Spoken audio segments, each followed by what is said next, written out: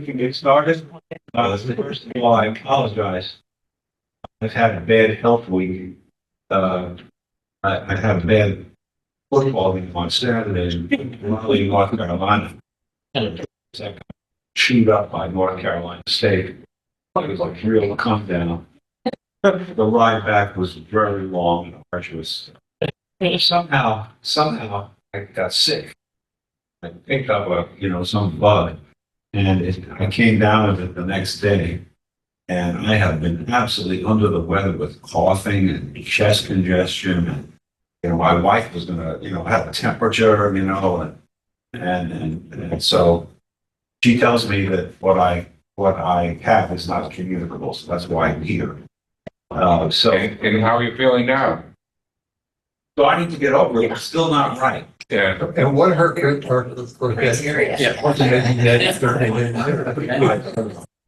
But in any event, I'll be coughing, I'm sure, from time to time, but try not to. I'll just try to. I had bought plenty of water. We had plenty of cough drops. Don't choke on the cough drops. So in any event, the last class today, and I have greatly enjoyed it so far, and I just want to be clear that today is an important class. There's a lot of the heavy duty information that I wanted to share with this class is today. Not all of it by any means, but a lot of it. And it's basically focusing more on the Eastern Shore. And it's Talbot County especially. There isn't that much written. I think I've said this for first class or second class. There isn't really very much written in any kind of detail about how Eastern Shore counties reacted during the secession crisis. I don't know, for example, what the votes were for the January or the February representation convention over in Baltimore, whether the counties were elected secessionist slates or unionist slates. The only county we really do know a lot about is Talbot County, because this fellow learned on the whole history of Talbot County, from the very beginnings to 1970s or whatever. He wrote a book, was published in 1983. He died in 1985. But he was a journalist and everything. So we do know a lot about Talbot County, and many of the people who lived here. We know about the votes. But what most importantly we know about is the overall reaction of the county. Essentially, 4 days after the Baltimore riot, there was obviously huge amounts of turmoil. Several, I don't know exactly how many, but a boatload of Talbot County militia went over to Maryland, or went over to Baltimore to participate, to defend Maryland against the Union invasion. And they came back a few days later, like most of the other militias that arrived in Baltimore. They all went back home after a couple of days. Things were quieting down. But soon after the riots in Baltimore, the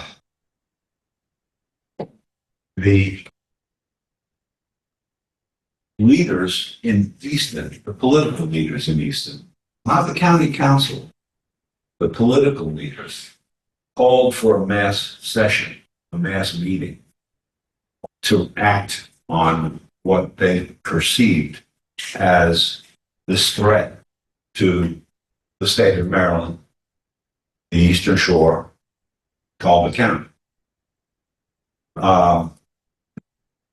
It was, I can't imagine this can't be considered, has to be considered an extra legal meeting.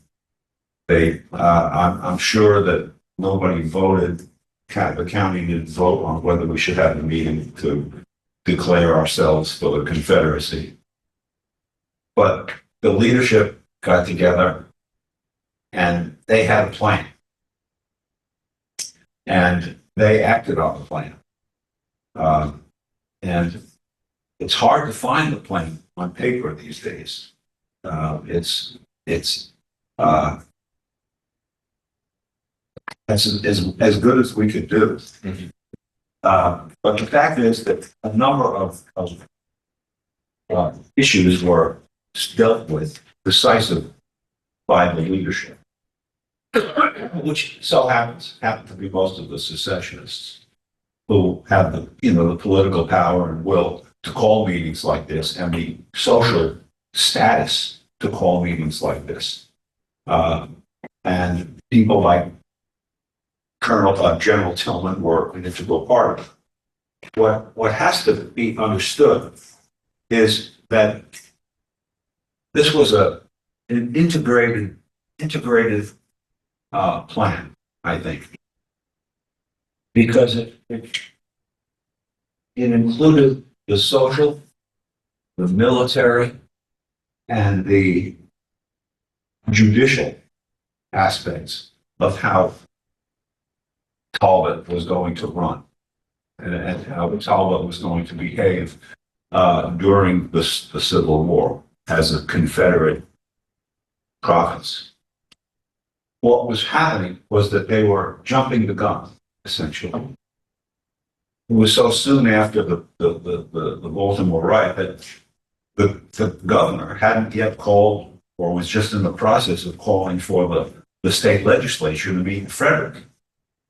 It hadn't been called yet. These folks jumped the gun and they declared Talbot for the Confederacy.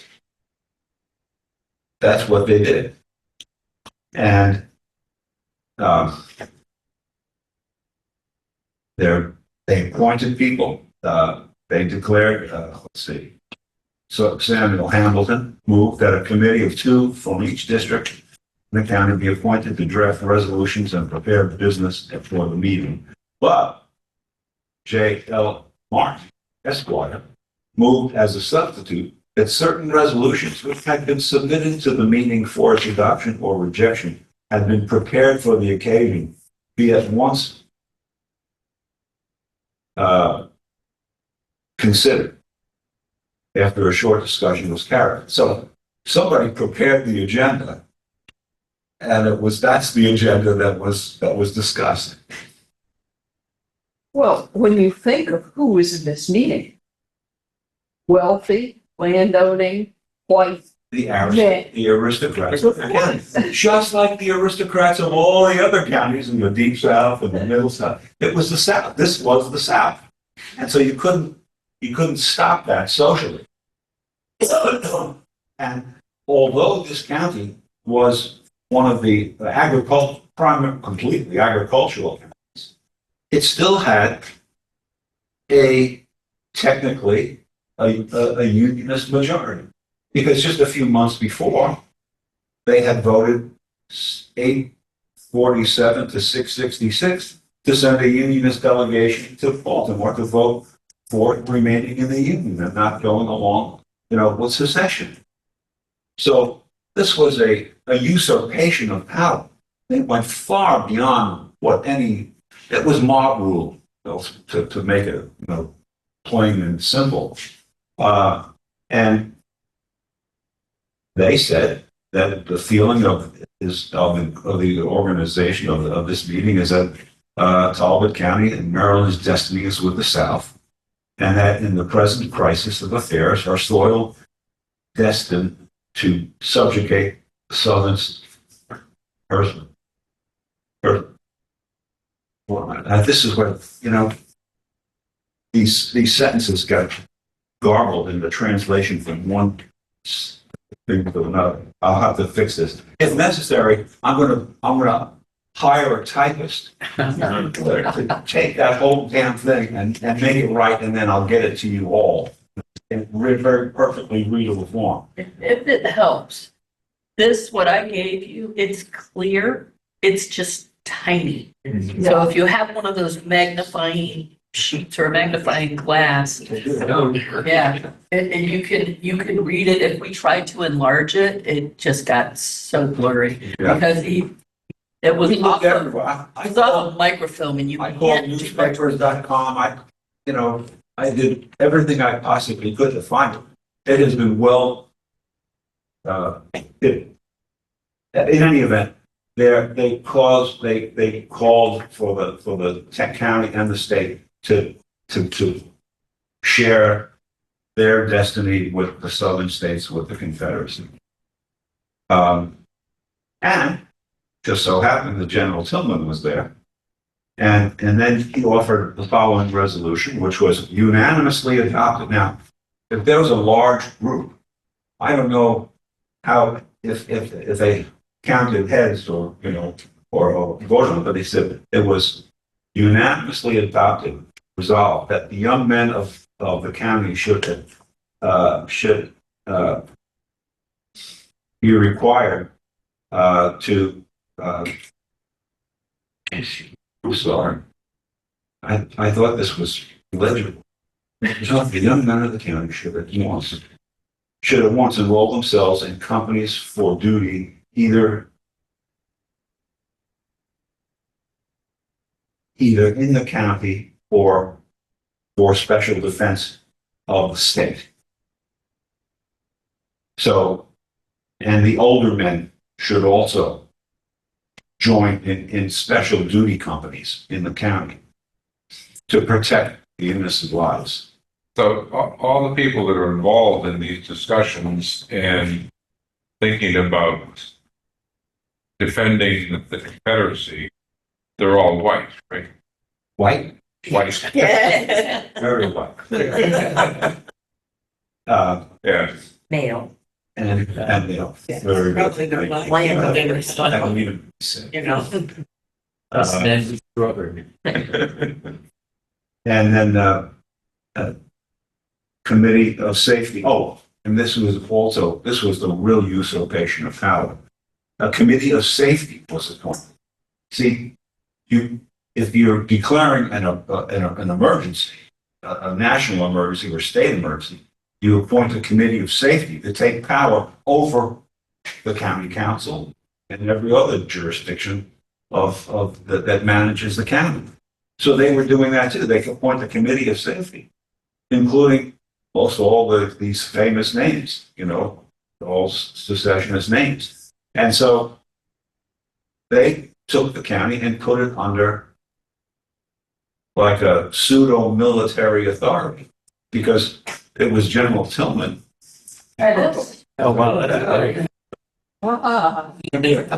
Worked very very nice. You know what we should do? That, because this is the link you sent to me via email, that's what I need to share with them, because you could actually see it Okay. better. We will make it clear as a bell. We will get it to you after things over. I want everybody to walk away from this with that in hand, because that really matters. Because people will always seem to be wondering why the Yankees sent troops over here and to take the guns out of the arsenal. Well, that's why. Because this place declared itself for the Confederacy. Only days. Now, problem is, must have struck them a little bit. A few days after this, what happened in Frederick? The state legislature said, no, we're not seceding. And so I kind of picture General Tillman, especially, who didn't clear his order to his vision of the militia with the government. He just did it by himself. He must have been, I picture him like Jackie Gleason, on the. I think that he understood at that point that he had gone too far, and he was quickly removed by the governor. Wasn't it, though, during the time of the Civil War, it seems that generals and commanding officers had much more authority to do things than they do today. Mhm. Communications was so poor. Yes, and that especially, you take a man whose name is Tillman in Talbot County, and he had almost limitless influence and power. And that's why this mattered so much. As the general of the militia, the state militia, not only for Talbot, but for Queen Anne's and Caroline County, I remember, he had immense power and he wielded it immediately. And they, part of the resolution was to send the word out to the other counties on the Eastern Shore, get moving with all this. So the meeting also assessed a $20,000 expense to fund all the efforts, all these self-defense efforts. Wow, I mean, $20,000 back in the day, yeah. Where did that money come from? Yeah. Well, taxpayers. As a matter of fact, a lot of the 845 taxpayers who were against secession were now going to be paying their share of the extra 20,000 for defense against the Union. The Committee of Safety, composed of like-minded secessionists, who directed local operations, and I'll read some more from the book here, because Preston covers this really well. And this is a treasure, I think, even though this book has been trashed by certain people who I think don't want to have to read this. They think they say, well, he was for Dixon Preston. I've heard it said right here in this room that he was a New Yorker. Dixon Preston was a New Yorker. Well, they're all socialists, so Really understand. But he could read, he could write. He worked for the Eastern Star Democrat for a number. He was a reporter and a writer for the Eastern Star Democrat. So I think he did understand. And I've heard also that this book was really not too bad, other than the Civil War section. So that gives you a little bit of a clue. So let me find that site.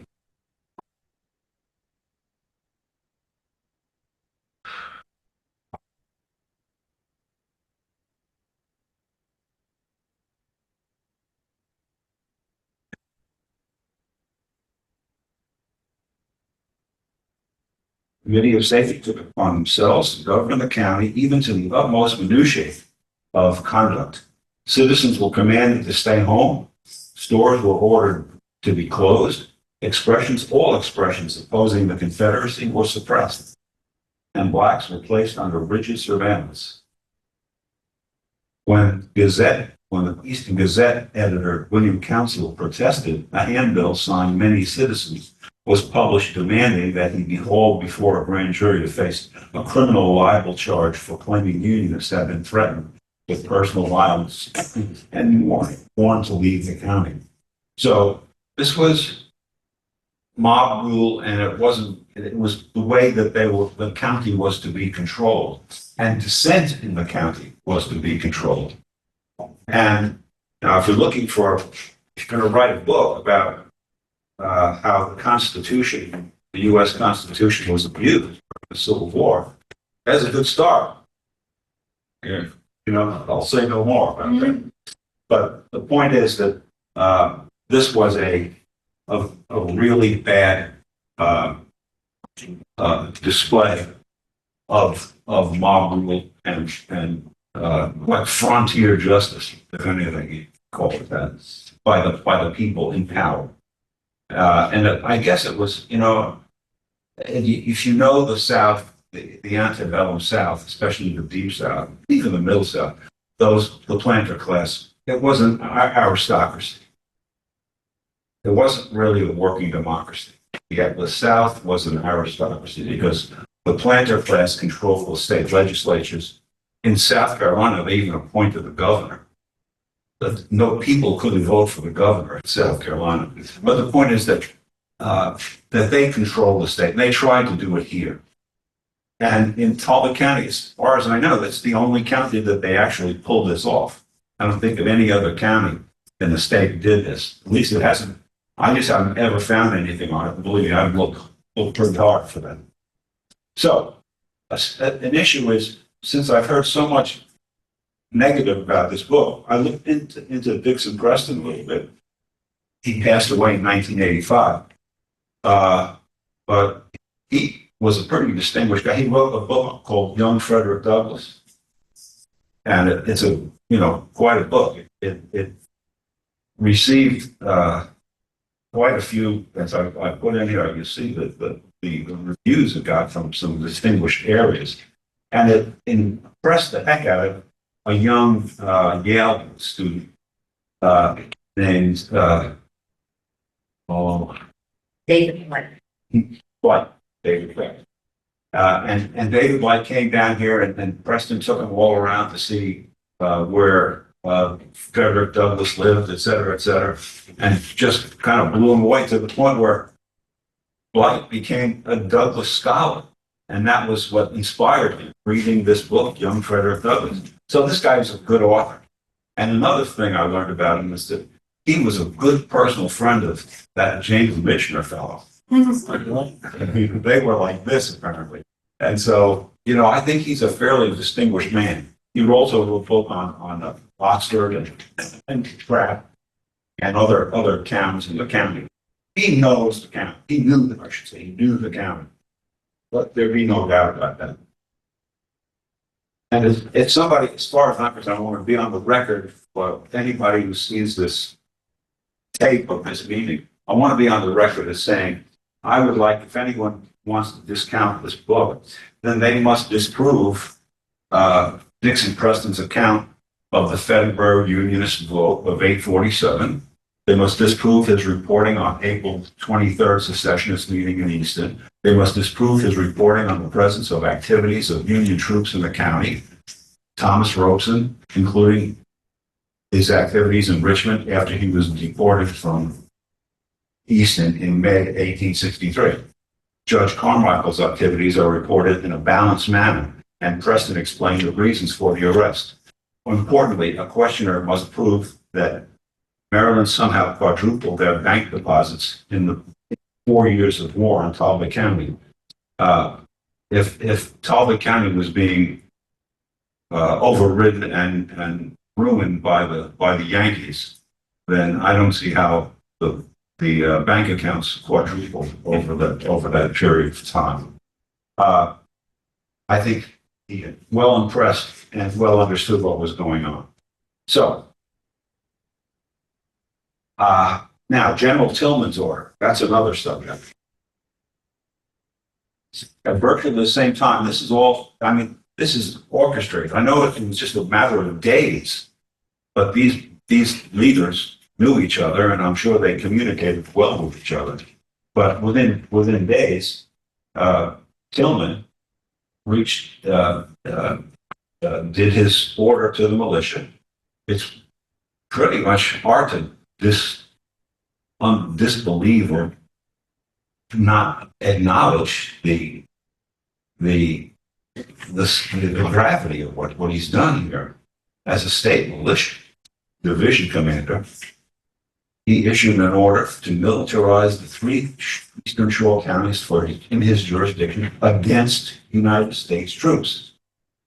The order reads in part, our fellow citizens of Baltimore have been slaughtered on our own soil by the soldiers of the U.S. government, which claims our support whilst it wages war upon our institutions.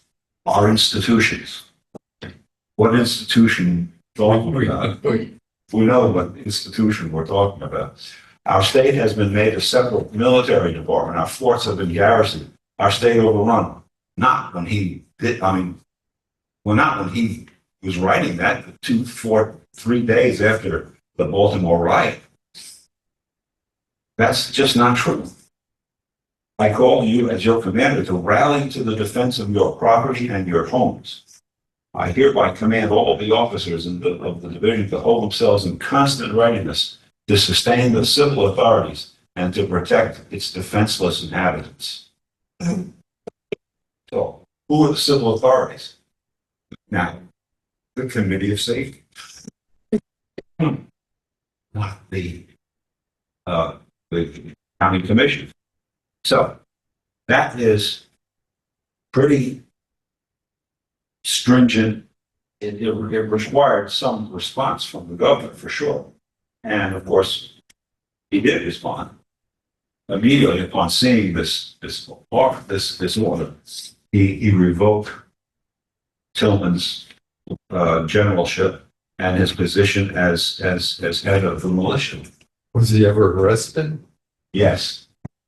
I'll get to that. And as a result, the Committee of Safety was active. And what happened, what you had to read between the lines a little bit. There isn't really any hard and fast newspaper articles that cover this, but there were a lot of unionists in the county who were probably pretty upset with this. And I don't think that they were just sitting quiet. I think that they were communicating with the authorities in Washington. And I don't know. By that time, remember, General Butler didn't get to Baltimore until May 13th. This was still, the end of April. So there wasn't any substantial military presence. As a matter of fact, on April 23rd, 24th, it wasn't until April 27th that the first real flow of U.S. troops arrived in Washington to defend the U.S. capital. So it was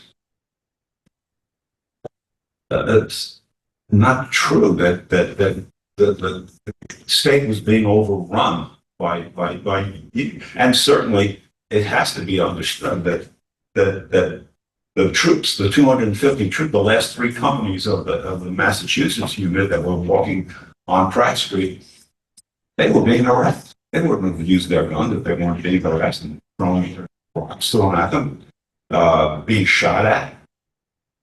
They weren't doing anything to disturb. They were still the peace. They were being disturbed by a mob, and by a political mob. Did I get in last time to the fact that there were 40 police on duty to defend? Okay, I'll go through that again. That's another thing I learned in research. Just how few police were on duty and just how large the police force was. And that is prima facie evidence today that was that police chief was a big part of the problem in the Baltimore riots. I think Mayor Brown got a bad rap. I think he was certainly trying to keep the peace. But I think that the knowing about the April 18th, the day before the big rallies, and the way some of the leading influential secessionists spoke to the large crowd, that's what got them all excited. And then they knew what time approximately the trains were going to come in. They knew what stations that they were going to come in. They knew where they had to go. So that was a political riot. And what happened was that once it happened, then the Union Army, the units started going around through Annapolis. And Butler, who had set up revamped the track on the Elk Bridge and Annapolis Spur, once that was set and he had Relay House taken care of, then they could just move troops easily. And they did. But in the meantime, this wasn't, they just weren't, the secessionists were in control technically of Baltimore, but nothing was happening anymore. So the militias went back to their homes. And then came the news from Frederick that the after all the complaining and hollering and criticism of Hicks about not calling the legislature together to call for a convention. The convention that he calls the legislature says, no, we don't have the power to secede. Well, I suppose that time has its influence, and timing is everything, as we know. Maybe if they had that convention in January, they would have opted to secede. Maryland. You mean the 3 or 4 months earlier? Right. That was before Fort Sumter. Yeah, Remember, this is all after Fort Sumter. yeah, But there was but I kind of doubt that would have happened either. Why? Because so many Marylanders were sensitive. And when you stop and think about it, unless Virginia seceded, how could Maryland secede? I mean, what they gonna, that's like suicide. What if Maryland seceded and Virginia stayed in the Union? And remember, on April 4th, 8 days before Fort Sumter, the Virginia's convention voted 2-1 against secession. April 4th, 1861. That must have been a sobering thing for a lot of Maryland secessionists, don't you think? How can we depend on those guys? They're not even, not even 2-1 vote. So, there's a lot of misinformation, slow communication. News was not that fast, and so everything was pretty iffy. So we talked about the Committee of Safety, and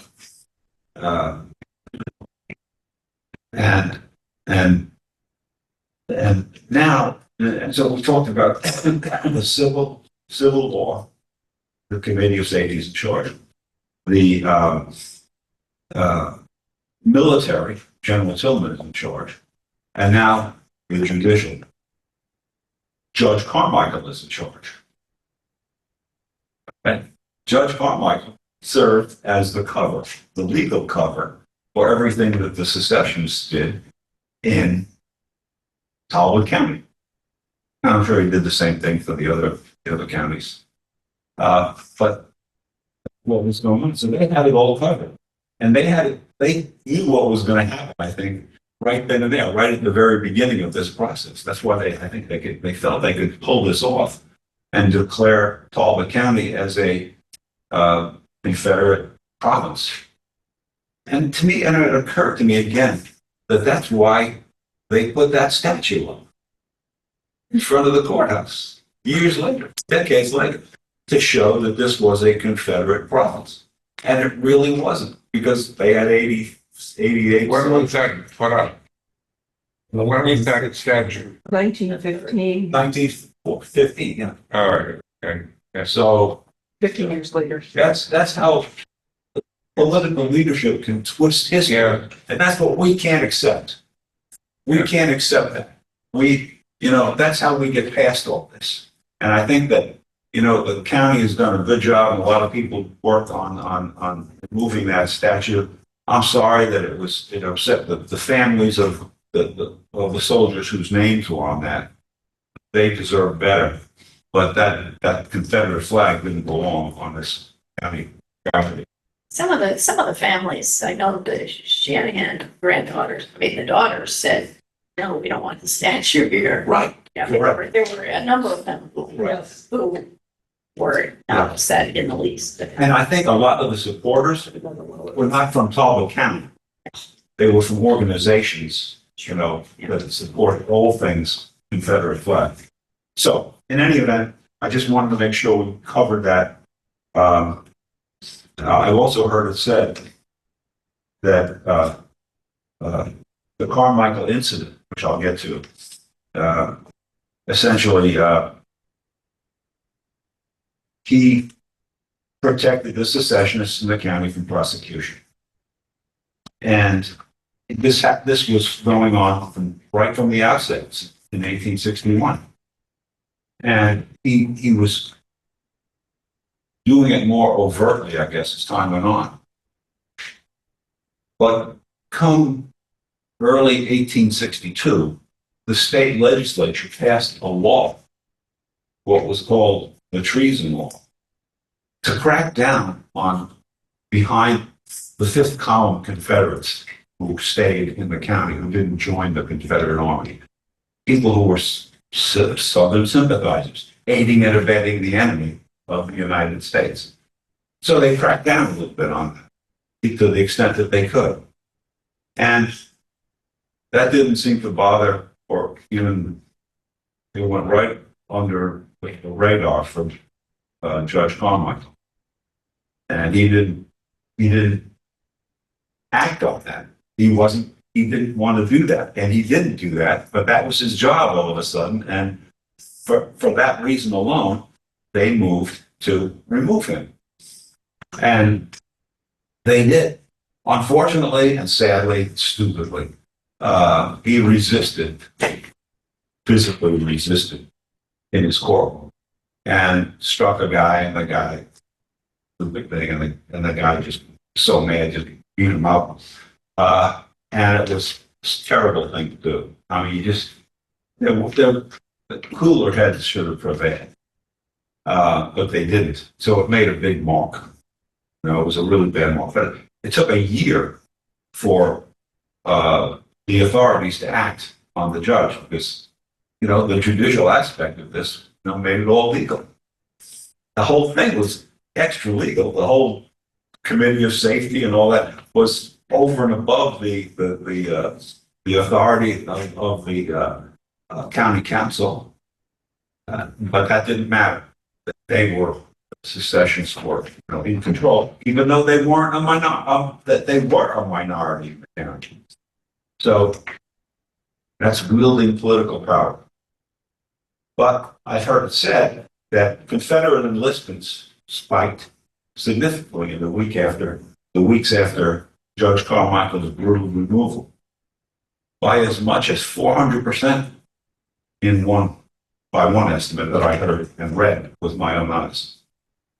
And I took the opportunity to calculate what 400% is of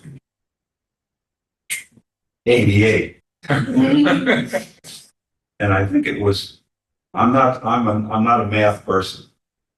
So they had 20 people, allegedly. I think this is just an estimate, but 400% of 20 times 400% comes to 80, I think. Is that math, guys? An overwhelming number. Whatever it is, it wasn't a whole lot of people that, you know, that signed up originally.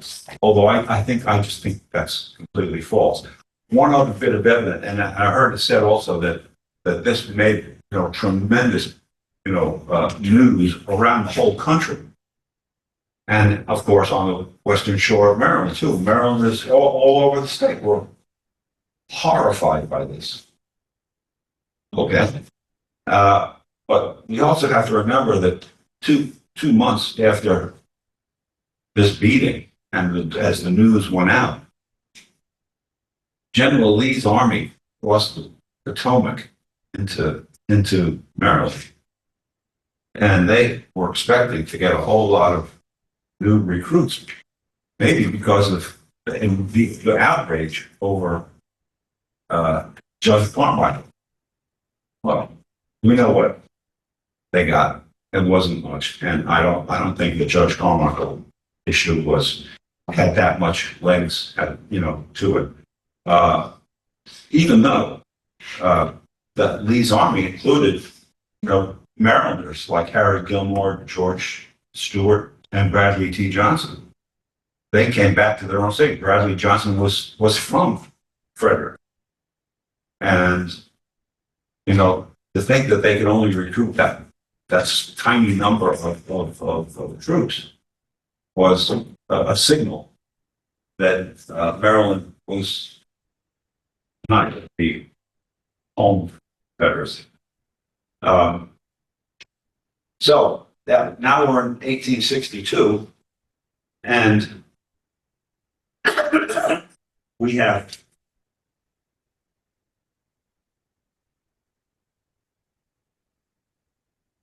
the Union soldiers coming to Talbot County. Well, as a matter of fact, that happened in 1861. They arrived, they raided the, 400 troops arrived June 9th, 1861, raided the armory for its guns and ammunition. And that was ordered by the governor, not by Lincoln or military governor.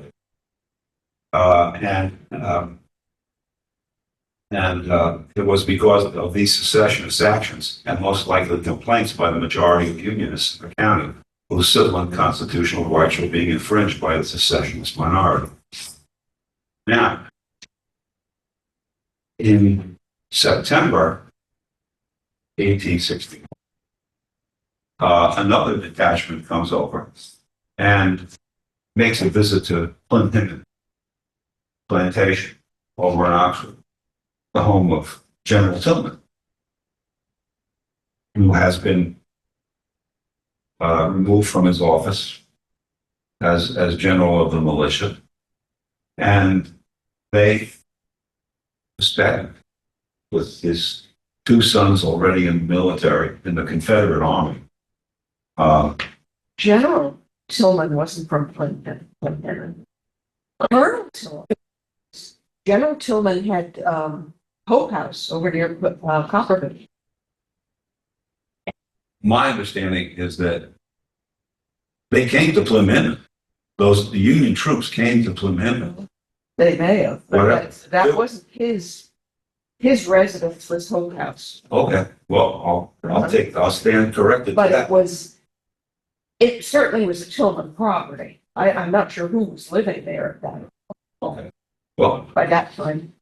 I'll go along with that, but I can tell you this without any question that they showed up at that house and wanted to question him. Apparently he was there because they arrested him.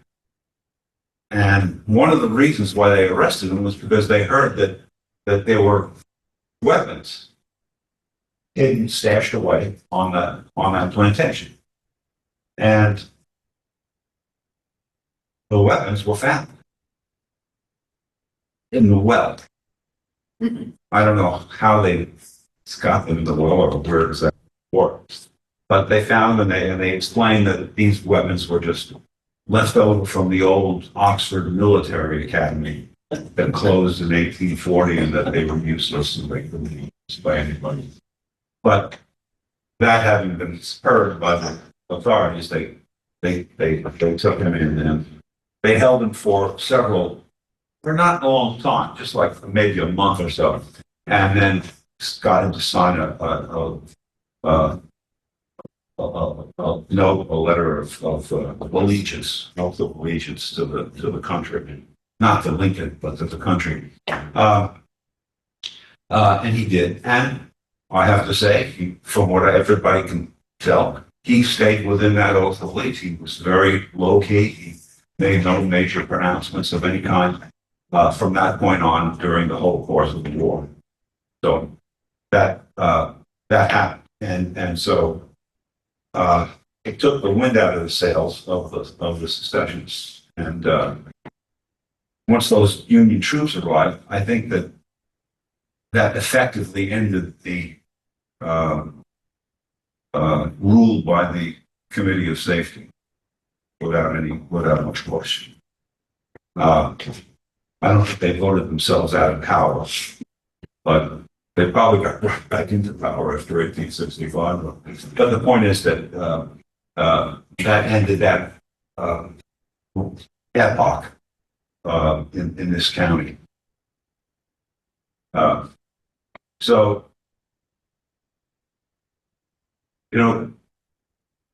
I have a question. I hearing your, talk about the raid on the Unions coming to seize the armory and the weapons in Oxford. I just read Midnight Rising by Tony Horowitz about the raid on Harper's Ferry and how much of that was 58, 59 maybe. Oh, you mean John Brown? John Brown. Oh, it was 59. 59. How much of that, how much resonance do you think that had? The John Brown parade had amazing resonance. It scared the heck out of, not only slaveholders, but non-slaveholders. Slaveholders were fairly well defenseless. Now they're, I think slaves probably had it in for overseers and people in the family, separated their families from them.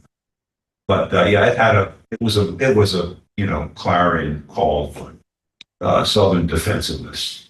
And they also, John Brown also thought there was gonna be a massive uprising. Oh, that was really, And that was, duh. He was, you've heard all the we're going to go up down the spine of the Appalachians and have a long, not a chance. Even Frederick Douglass told him, Right, recognize that, so yeah. stupid, don't do it. But he did it. But I thought you were talking about the raid on Harper's Ferry as Virginia seceded. No, The day after Virginia seceded, the governor ordered Thomas Jackson, Colonel Jackson, before he was promoted, to take over, seize the arsenal at Harper's Ferry, Virginia, which he did. And basically, they had a garrison there, a couple of 3,000 or 4,000 troops, right on the Potomac River. And that, I think, is one of the things that most scared Lincoln in the White House. Days and days after Fort Sumter, with the Confederacy now right across the river from them, and no troops, knowing that not only was Norfolk, the Navy Yard, taken over, but the arsenal there with at least 5,000 guns. Now, what I understand is that some of those guns were sent to Baltimore to assist in the defense of Baltimore. So this is where the Maryland and Virginia secessionists were working closely together to do everything they could to get Maryland to secede. And I think we talked about this last week, a little bit anyway. The brother of Frank Howell, the editor of the newspaper, was on the police board, and his brother was on was the editor of the newspaper, one of the newspapers in Baltimore, the secessionist paper, and he was arrested, spent time in Fort Worth. But these were people who were communicating regularly. They decided that, Virginia told them that they weren't going to be able to assist them militarily now with men, but just hold on for a while till we can, till it's good for us to help you. That's effectively what happened. And as a result,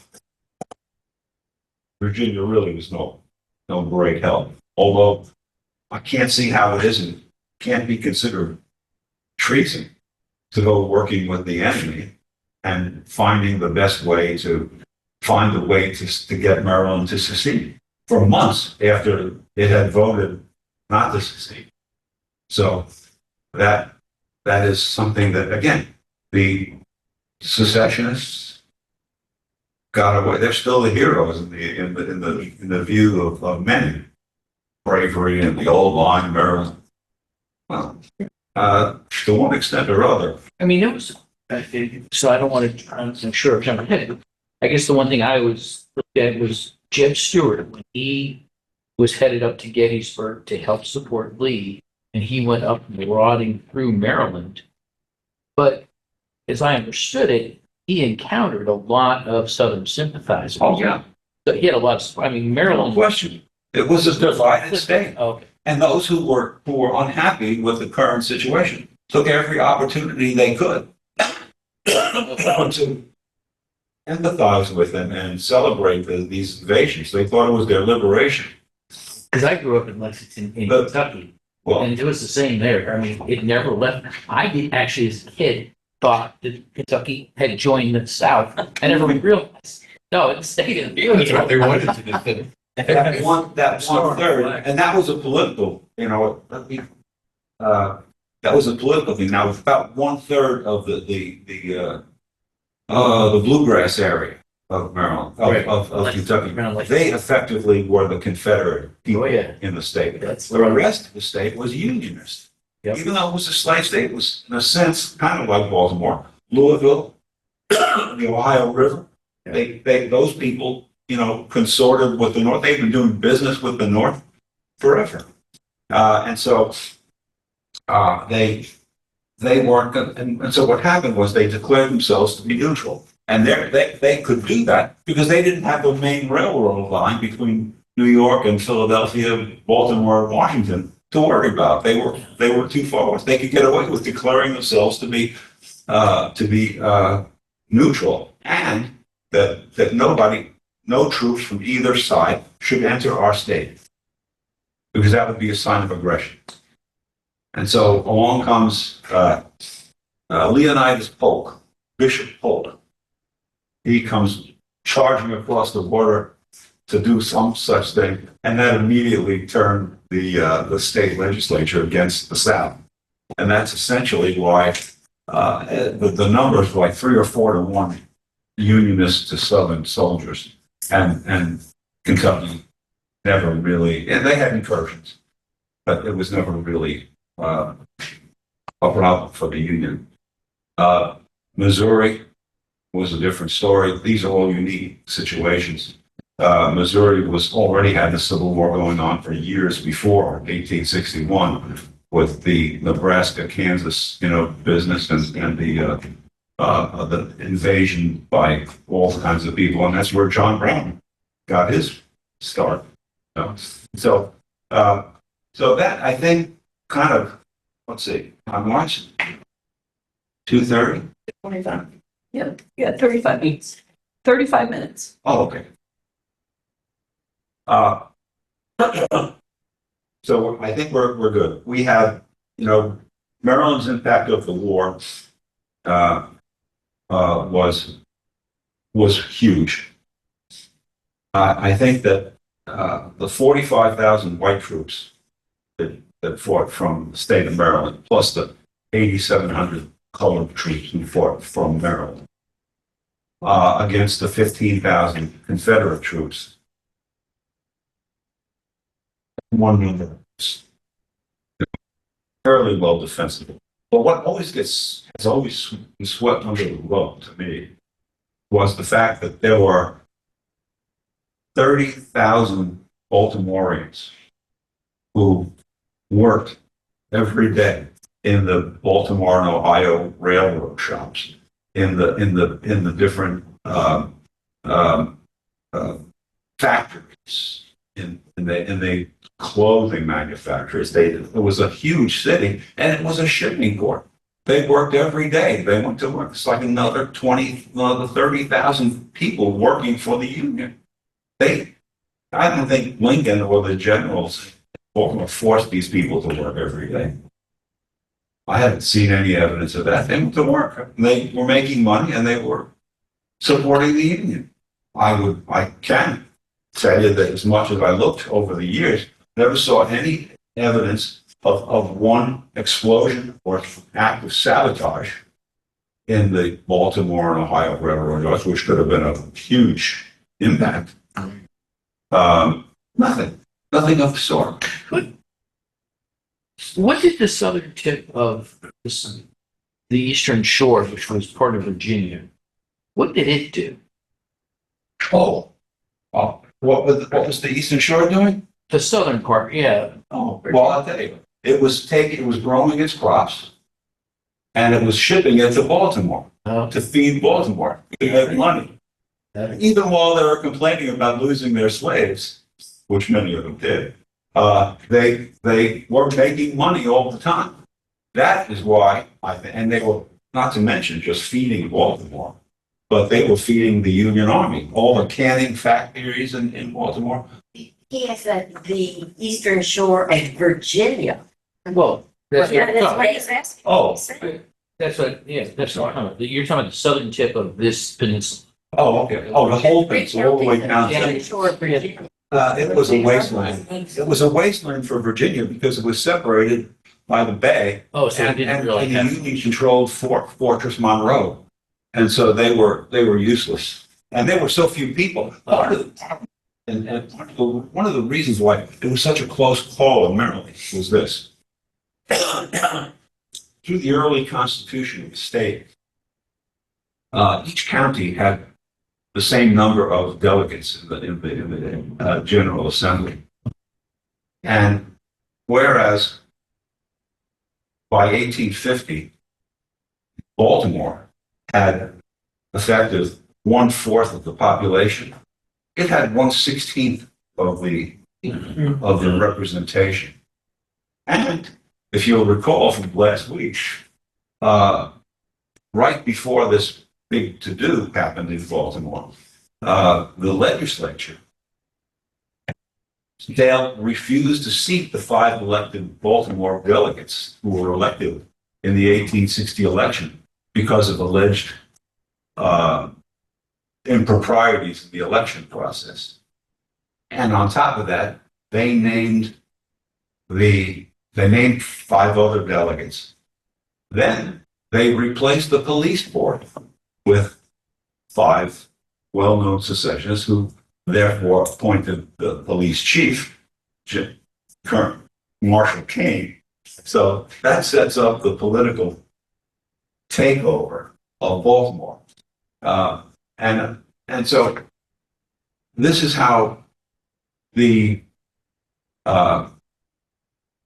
old line state flex its muscle. The counties like Talbot, without very many people, had plenty more influence because they were the old line people. General Tillman, Franklin Buchanan, all these, the Baileys. They had plenty of these old line families that go back to the revolutionary times. They had great influence. And so they wielded far more influence than the people that they represented. And it has everything to do with why it was so close. Because if Baltimore wielded that much, had that many people and they had fair representation, it wouldn't have been, the votes wouldn't have been close. And even the plant of aristocracy here would have known that the numbers weren't there to promote and affect secession of the state. What was going on in Delaware? What was going on in Delaware? Delaware in 1860 had 1,100 slaves separated out, but Delaware was, no effort was made by the Confederacy. I think that they might have had a representative to visit with the Delaware governor, like we did here, but that went nowhere fast. And I think that the influence of the DuPont family in Delaware at the time, they had their ammunition factories there, and they made immense quantities of ammunition for the Union armies during the Civil War, and they wouldn't have made anything if they had seceded, and they would have, and factory would have been gone. And that played out pretty well for them, I guess. Huh? Well, yeah, that was a non-starter to the Confederacy. You talk about the agricultural or feeding Baltimore. So my experience question here is, how did they get the produce there? Did they go by up the bay? Yes. Okay, but then is it, Red Bay or Reggio? It was further than. Yeah. That was what I thought. The Virginians, well, they wouldn't send. Virginia had seceded, and those people were just. I'm sure that some of them escaped to the Norfolk and joined the Union Island, maybe, but there were very few people there. But so going up by boat, there was no problem. Yeah. Oh yeah, the Confederates had no naval force. They just had a couple of boats here and there, but Yeah, didn't the Union fairly quickly try to protect the mouth of the bay? Yes. I would think. Oh, yeah, absolutely. The business, and that's why the significance of the Monitor and Merrimack was so huge. If the Monitor hadn't been forced into action that quickly, the Merrimack would have, they could still be out there shooting at anything and blowing stuff out of the water. And they would have perhaps dominated and started to control Fortress Monroe. There's a fascinating book about that, and it explains how they protected the Union very quickly, strategically protected the bay.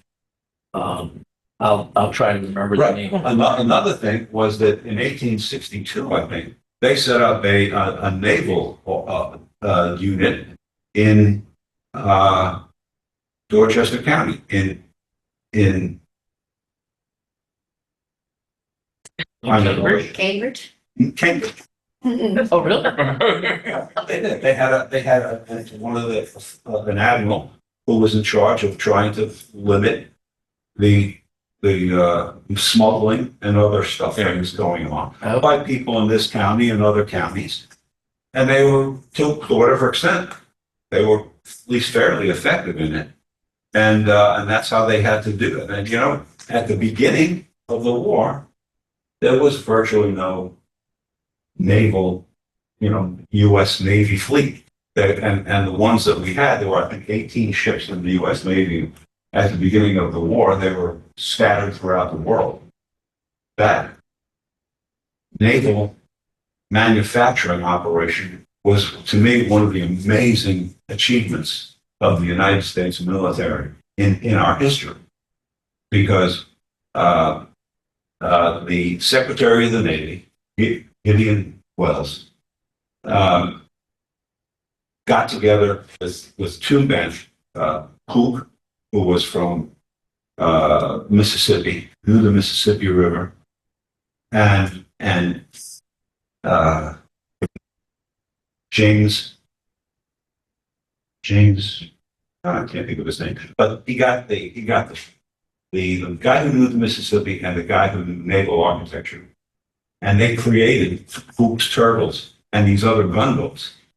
And not only did they create them, they started manufacturing them immediately in St. Louis, which had been held by the German-American militia there before, just as the war even began.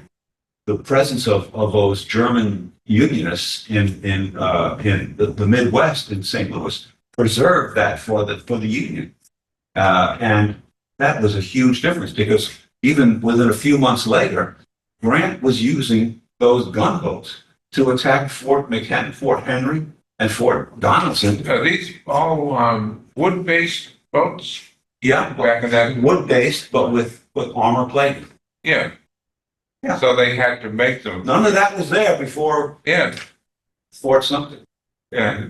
Pretty amazing. And that not only did they build this river fleet, which included these ferries that took large numbers of men up and down the river, but gunboats as well to protect the men. Yeah. But they also built a ocean-going navy, and they built a navy that would have plenty of bases, including Galveston, Beaufort, I think was Port Royal, South Carolina, one of the South Carolina cities, and one in North Carolina, and they effectively shut off most of the blockade running over time, to where as they shut off the blockade running, they were shutting off the ports, and that squeezed the Confederacy because they couldn't get important things from Europe anymore, and they couldn't sneak their cotton out. So that was an amazing achievement, and I think that naval effort was the best of all, because I don't think that the Army could have achieved what it did without that naval presence without those boats that they used to dominate the rivers in the Western Theater, which got them eventually to Chattanooga, and got them. Well, and after that, they didn't use it to go to Atlanta, but they just marched overland to Atlanta. But that was how the West was won by the Union military. It was the Navy and the Army. The Army could not have done it without those naval leaders. So, okay, our lost cause legacy in Maryland. The lost cause legacy of Maryland built the image of secessionists somehow being the victims of the Union Army and the Lincoln administration. In their efforts to overthrow the Union and thus the U.S. Constitution in favor of the Confederate Constitution, while aiding and abetting the Confederate war effort as either soldiers or fifth column civilians, this image has largely overshadowed not only the treasonous actions, but covered up the century-long campaign of Jim Crow law that completely infringed on the constitutional rights of thousands of African-American soldiers and their families who were guaranteed their freedom after all the sacrifices that they made in the Civil War for 100 years. So don't try to tell us that it wasn't about slavery. It is no small irony that the families of many of those Confederate veterans were the ones who imposed those laws, Jim Crow laws, on top of 700 United States colored troop veterans and their families. That's something that I think has been swept fairly well under the rug in the history of Maryland. It's the very families of the people who fought for the Confederacy, who tried to overthrow the United States Constitution in favor of the Confederate Constitution, who pushed through most of the, I'm sure, most, if not all, the Jim Crow laws that kept these poor black people from And having what factor would that have, when would those have been passed? Oh, by 1915, that was, interestingly, I talk about the Talbot statute. There were many more statutes like the Talbot statute. Because I lived in Atlanta for 11 years, so I'd seen many statutes, Confederate memorial statutes. Very few of them really have a big flag like that, and that's what bothered me about this one. But the point is that by about 1915, Jim Crow laws had about reached their zenith. If you want to read a great book, it's called The Lost Cause. It's in the library. There's 2 copies of it. I donated them myself. And it's The Lost Cause, 1866 to 1900. But by the end by up to 1915, most of the Jim Crow laws were all effectively in order throughout the South. The North won the war, South won the peace. And you can certainly make an argument, not even an argument, that there wasn't any kind of a comprehensive national program to fix this until the 60s, I would say. Well, right. That's why those people were harassed and sometimes murdered. I've read that Baltimore writer H.L. Mencken, when he writes about the leadership on the eastern shore of Long Island, the eastern shore of Maryland. He has some very harsh words for that because of the overtness of the racism and the murders that went on for decades and decades. And we have to allude to the fact that we pointed it out the other day that it was 1939 that the Maryland, My Maryland song was officially adopted by the Maryland state legislature. That talked about, the Yankee scum, northern scum coming to our land.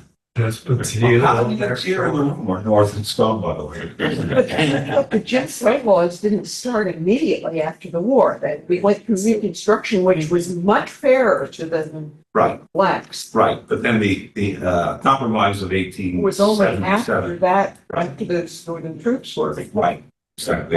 withdrawn, that And so they took over then. Jim Crow arose.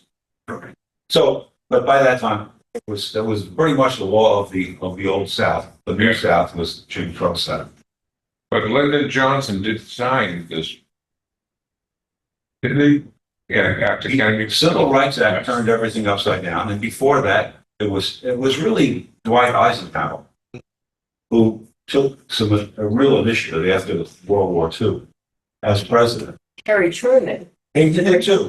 Eisenhower before Truman even, because Eisenhower was not going to allow his black troops Right. to be harassed And the same way that they had been before the war. And then he left office, and Harry Truman came on, and he was even more adamant. Harry Truman of Missouri. Yes. Yeah, there's a wonderful exhibit at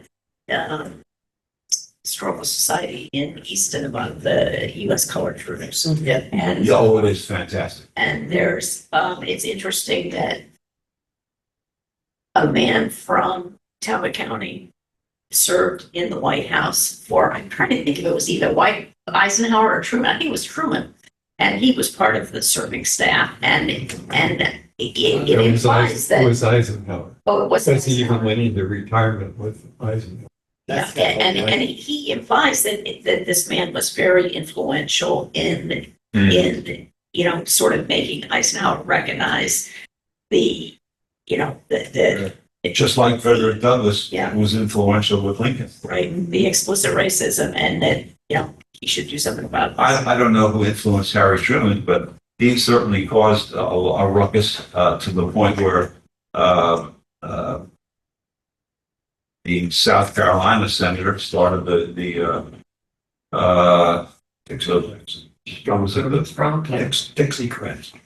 Dixiecrats. Dixiecrat Party, and that made the Democrats Republicans and the Republicans Democrats, and that's where we stood. But the point is that those men started taking things into their own hands and said, enough of this. Black people have struggled enough. And so they were pace setters. And then the Texan, Lyndon Johnson, pushed it over the edge with the Civil Rights Act and the Voting Rights Act after that. but I read a book and it was talking about black soldiers serving World War II, and they would be in Europe when they were treated much more fairly. Right. And then they came back, especially to the South, when they were slammed again. Yep. So, at some point or other, you have to be honest with ourselves and acknowledge that they're Americans like we are. And, today there's some pushback on that too. So, I've heard it said As far as we go. that there was only two men that kept Maryland in the Union. Heard it right in the room. Two men kept Maryland in the Union. Hicks and Bradford. If it wasn't for Hicks and Bradford, Confederacy would have been Maryland's role.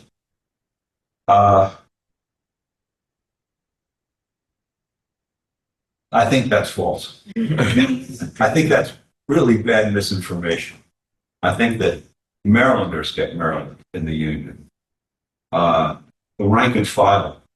It's interesting how the big name people, the famous Marylanders, were generally more tended toward secession, because of slavery, et cetera, the gold mine business.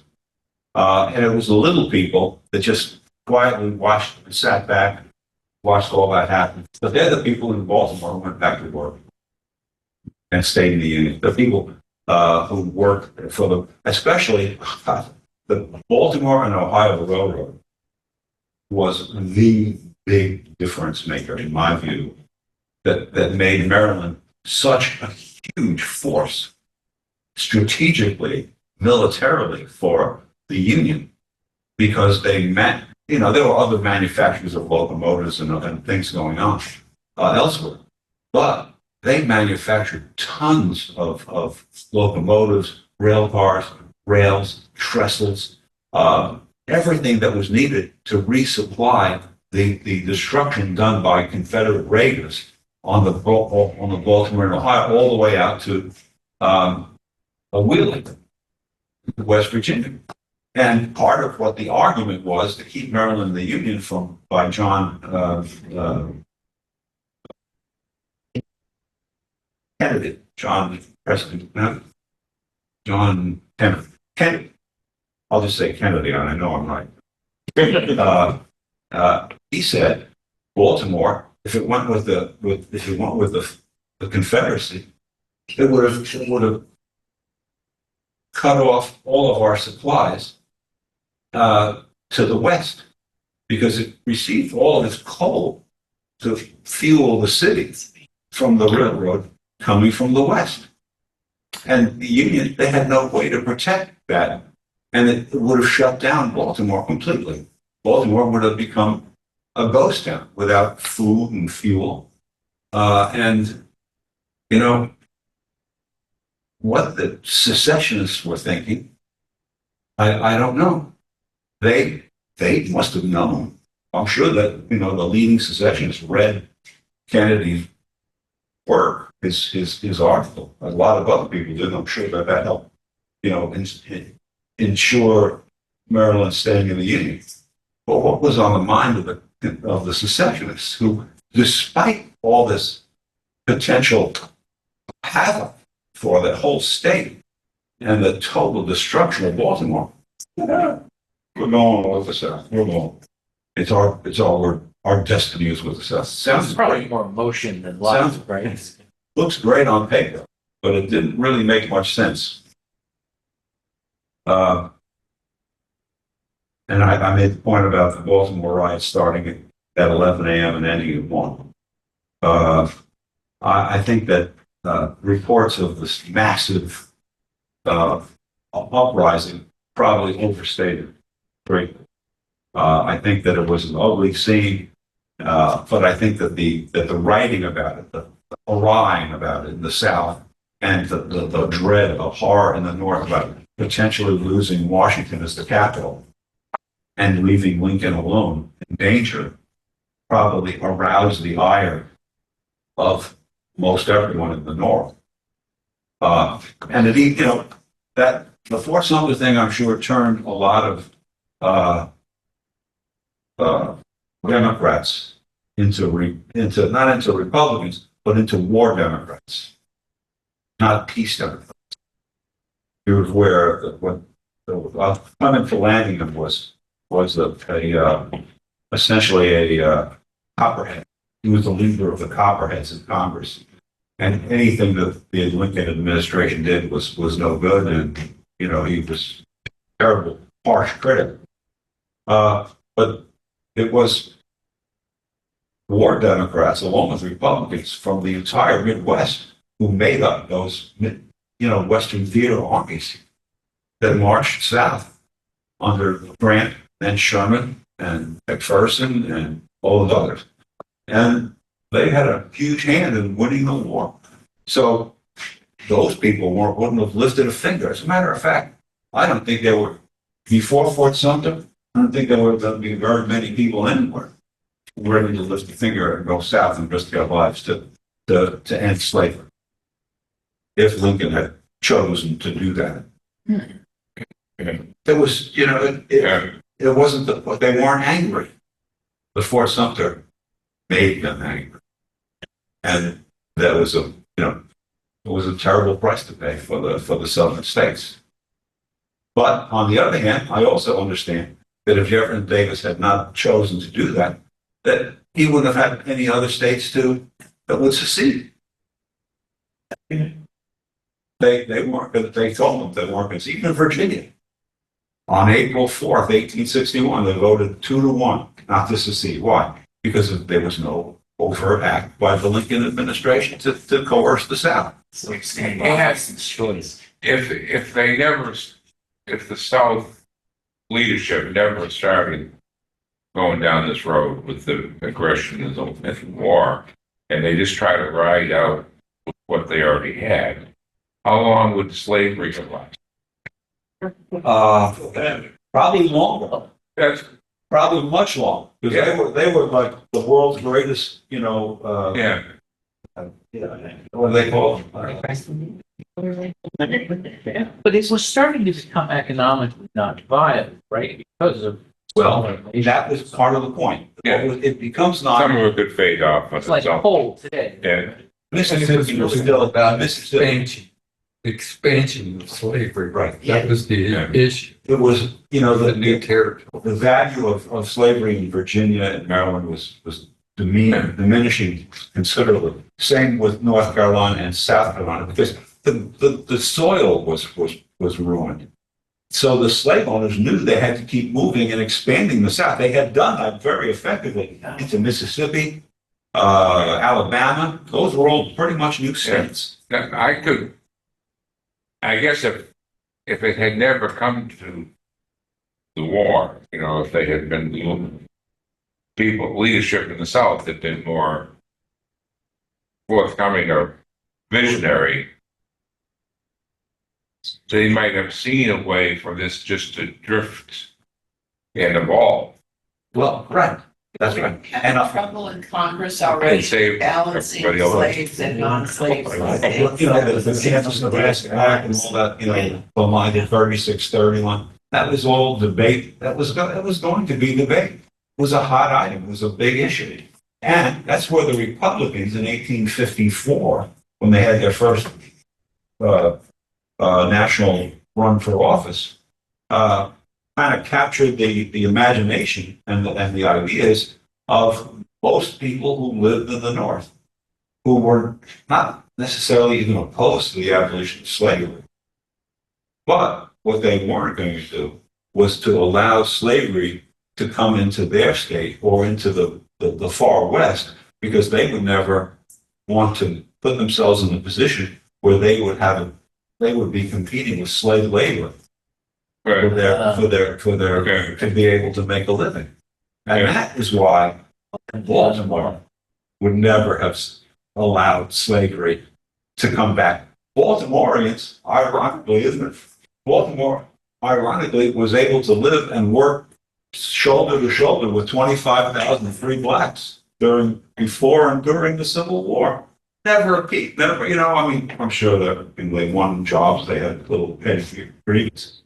But for the most part, they worked together. But start putting slaves to compete with white workers who were fighting each other. The immigrants were fighting the nativists for the best jobs. Trying to put a slave in there, and that wasn't going to work. Yeah.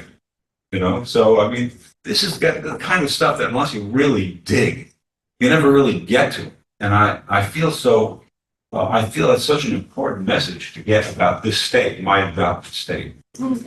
My adopted state. I've lived here longer than I lived in New York, so I'm free of my New York history. No, you're not. I'm a Jets fan, I suppose. Yeah.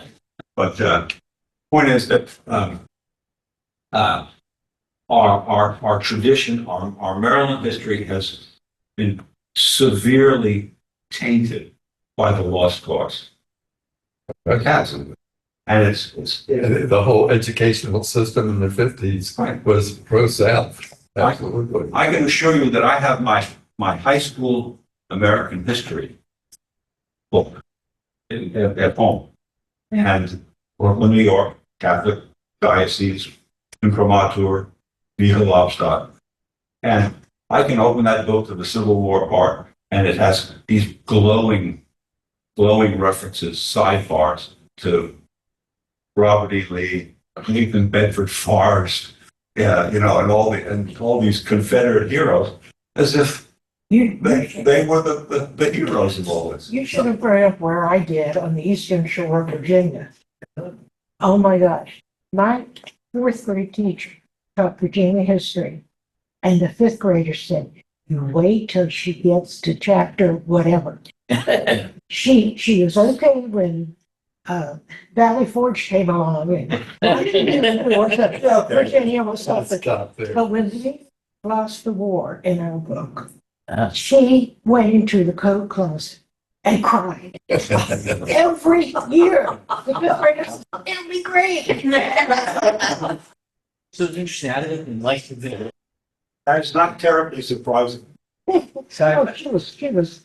Okay, we're just to 3 questions. Go ahead, let's. No, I was just gonna say, I lived in Lexington, Kentucky on the 100th anniversary when Lincoln died.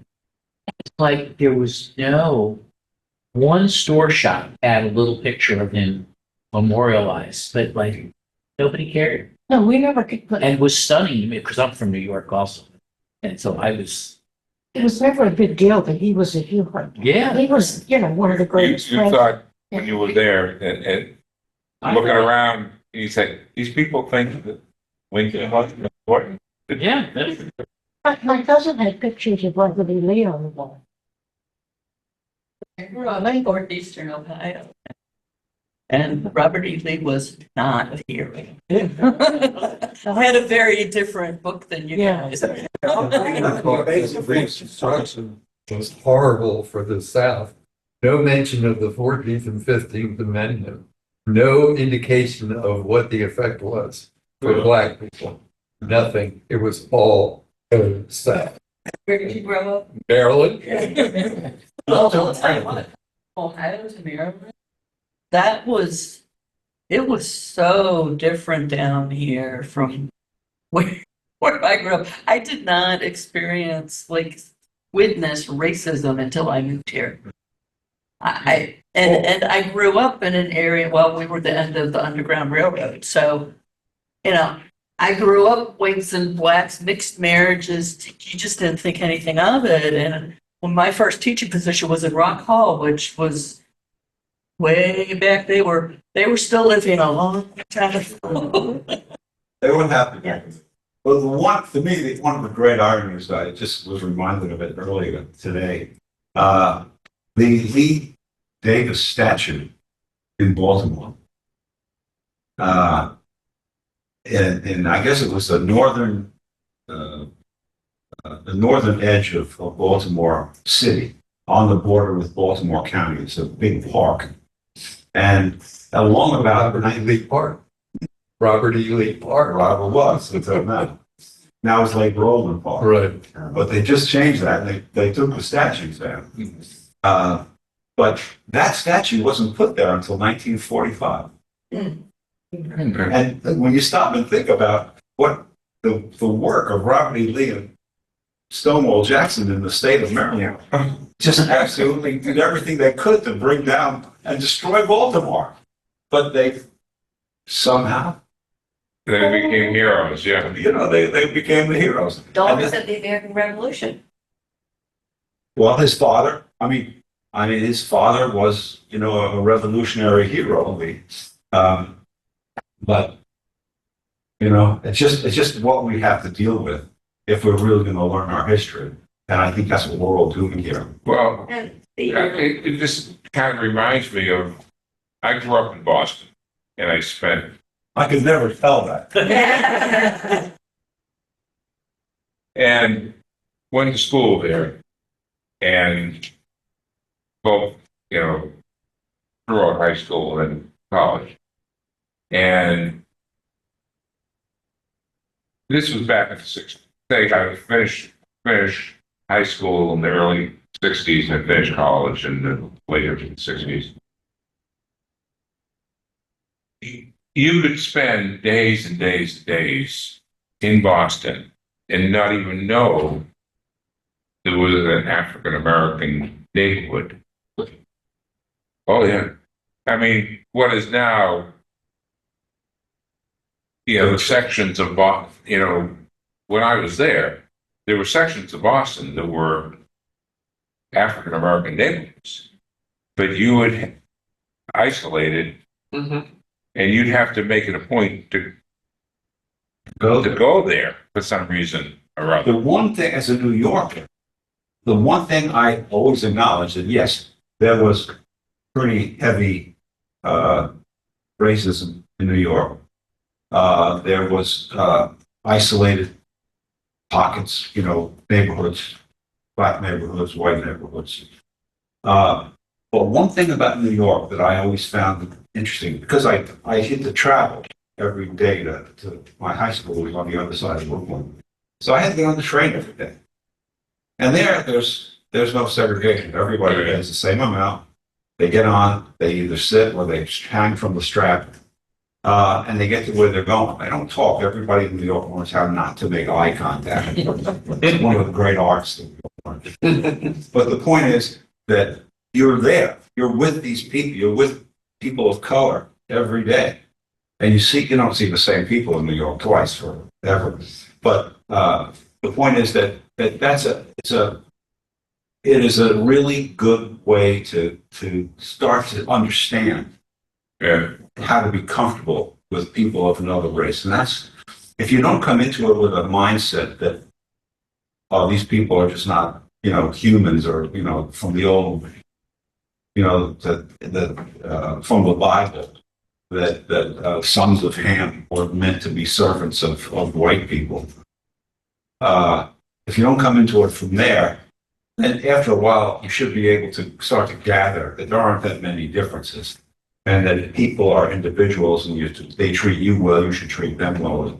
So it's just the way things have been. And in a place like this, where I have to remember, this was the South. And no matter how you twist it and turn it, even though slavery was already on its way out, and I think that was recognized by some Confederates, some Southerners, that it was not gone yet.